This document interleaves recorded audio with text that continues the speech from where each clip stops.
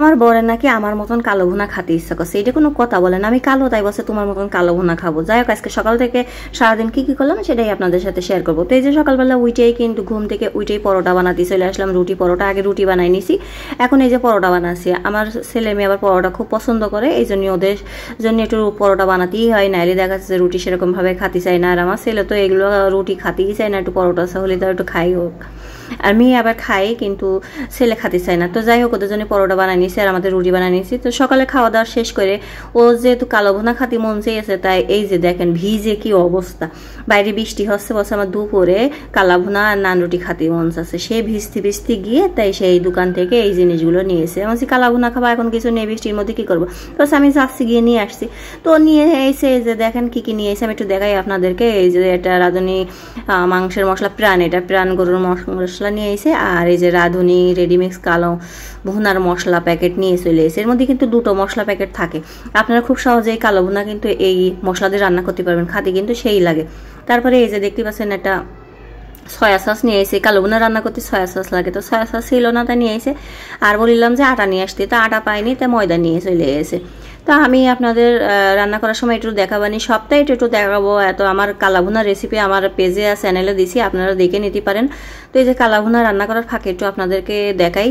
এই যে দেখেন কালো ভুনা রান্না করছি আমি, মাংসটা একেবারে ঝোল টোল দিয়ে মাংস পুরো সিদ্ধ হয়ে গেছে। এর কালারটা দেখতে পাচ্ছেন একেবারে সেই গেছে। তো এই যে নেড়ে ছেড়ে আমি একেবারে জ্বালায় জ্বালায় একেবারে কালো কালো করে নেব। তো এই যে এখন এইভাবে করেই একটু লো আছে দিয়ে আমি ঝোলটা একটু কালো কালো করে নিচ্ছি, আমার মতন আর কি, আমি যেরকম কালো। দেখেন ভাজতে ভাজতে একেবারে আমি কালো কালো করে ফেলাইছি, আর একটু এটা ভাজা লাগবে, তাহলে আরো কালো হয়ে যাবে, কালো ভুনাও কালো। আর আরেক চুলো এই যে নান রুটি খাবে যেহেতু, তো এই নান রুটি বসাই দিছি। এই রেসিপিটাও আমি আমার চ্যানেলে আর পেজে দেবো, আপনারা চাইলে দেখে নিতে পারেন।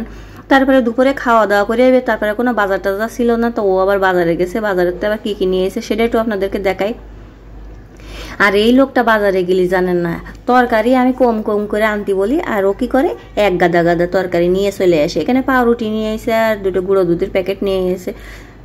আর এদিকে কি কি নিয়ে এসে একটু দেখাই, যে আমি ডায়েট করি, তো বাদাম, বড় বড় লোকের বাদাম আমি খাতে পারি না, আমার গরিব মানুষ 100 টাকা নেই, তাই চিনা বাদাম খাই। আর এই যে চিয়া সিড শেষ হয়ে গেছে, চিয়া সিড নিয়ে এসে একসাথে। আর এই যে সবজি নিয়ে এসে, যেহেতু আমি ডায়েট করছি তাই একটু সবজি বেশি করে খাই, তো বললাম যে একটু সবজি নিয়ে এসো। ও মা দেখি কত সবজি, বলছে আমি 1 সপ্তাহ ধরে আর বাজারে যেতে পারবো না, তুমি এদেরই চালাই দিবা।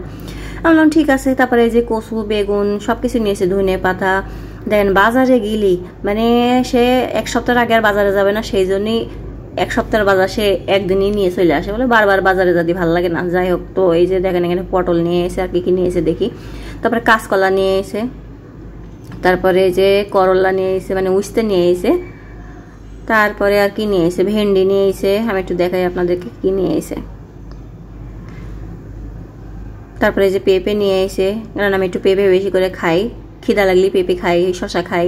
তারপরে এই যে কাঁকরোল নিয়ে এসে, এই যে দেখেন কত বাজার করে নিয়ে এসে, কম করে আনতে বললেও শোনে না। তো যাই হোক, অনেকগুলো বাজার নিয়ে এসে। তারপরে আবার সাথে একটু পুরি নিয়ে এসে, আমার ছেলে মেয়ে একটু পুরি খেতে পছন্দ করে, তো বিকেলে যেহেতু কি খাবে করে, এই জন্য পুরি কিনে নিয়ে এসে। তো পুরি আমি ডায়েট করছিলাম, তো আমার বলছিলাম যে আমার একটু পুরি খাতে দিবেন, তো সে খাও। তো আমি যাই একটুখানি খেয়েছি, কারণ ডায়েট করতে গেলে সব কিছু বাদ দেবো তা না, একটু একটু করে খাতে হবে। আর রাত্রি এগুলো খাওয়ার পরে আমার আর খিদে নেই, তাই রাত্রে আমি এই যে একটু বাদাম আর গ্রিন টি নিয়ে নিছি, এটাই আছে রাতের খাবার। আশা করি আজকের ব্লগটা আপনাদের ভালো লেগেছে। আল্লাহ হাফেজ।